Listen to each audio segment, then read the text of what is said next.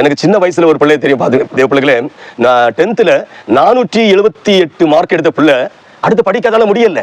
ஏன்னா ஏழை குடும்பம். அந்த குடும்பத்துல அவங்களுக்கு மேல இன்னும் சகோதரிகள் இருக்கிறாங்க, அது கீழே சகோதரி இருக்காங்க. இவங்க வீட்டுல ஏதாச்சும் சின்ன சின்ன வீட்டுல உள்ள வேலைகளும் ஏதாச்சும் கம்பெனி, அந்த பிள்ளைகளை என்ன செய்யணும், கம்பெனியில தான் கொண்டு விடணும். ஹல்லேலூயா. ஆனா பாருங்க, நல்ல அம்மா அப்பா தந்திருக்கிறாரு, நல்ல எஜுகேட்டட் பீப்புள், அம்மா அப்பாக்கு ஜாப் இருக்கலாம், நல்ல வருமானம் இருக்கு. ஆனா பிள்ளைகளுக்கு நிலைமை என்னது, எந்த டியூஷன் சென்டர்ல விட்டாலும் படிக்க மாட்டேன் மாட்டுது. என்ன செஞ்சாலும் ஏதாவது தேவையில்லாத இந்த தலையில வந்து சாக்கடையான எண்ணங்கள் அசுத்தங்கள் வந்து நிறைய விட்டுது.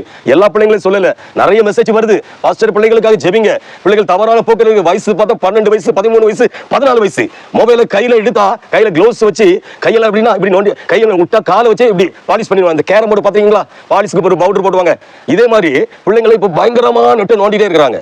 என்ன செய்யணும்னே தெரியல. பெற்றோர்கள் கேட்க முடியாது. கேட்டா நான் மருந்து குடிச்சிருவேன், தீல விழுந்துருவேன், நான் ஓடிடுவேன், கரண்டுக்குள்ள கையை விட்டுருவேன், மாடியில இருந்து குதிச்சிருவேன். ஹல்லேலூயா. யோசித்து பாருங்க.